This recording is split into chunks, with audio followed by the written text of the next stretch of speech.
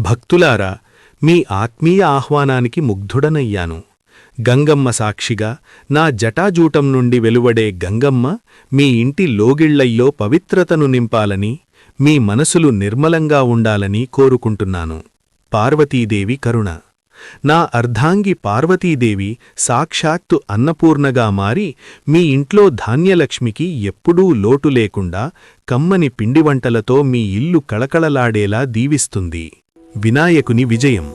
బుద్ధికి అధిపతి అయిన నా కుమారుడు గణపతి మీ పిల్లలకు చదువులో గొప్ప జ్ఞానాన్నిచ్చి మీరు తలపెట్టిన ప్రతి పనిలోనూ విఘ్నాలు తొలగేలా చూస్తాడు. కుమారస్వామి రక్షణ.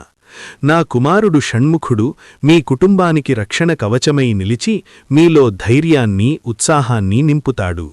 పంట చేతికి వచ్చిన సంతోషం మీ కళ్లల్లో చూడాలని, గంగిరెద్దుల ఆటలు, హరిదాసుల కీర్తనల మధ్య మీ నవ్వులను వినాలని కైలాసం వదిలి మీ గడప తొక్కాను. ఈ భోగిమంటలు మీలోని నెగటివ్ ఆలోచనలను దహించివేయాలి. ఈ సంక్రాంతి వెలుగులు మీ జీవితాల్లో కొత్త కాంతిని నింపాలి. నేను, నా కుటుంబం మీ వెంటే ఉన్నాం. నిర్భయంగా, సంతోషంగా పండగ జరుపుకోండి. మీకు, మీ కుటుంబ సభ్యులకు నా సంక్రాంతి ఆశీస్సులు.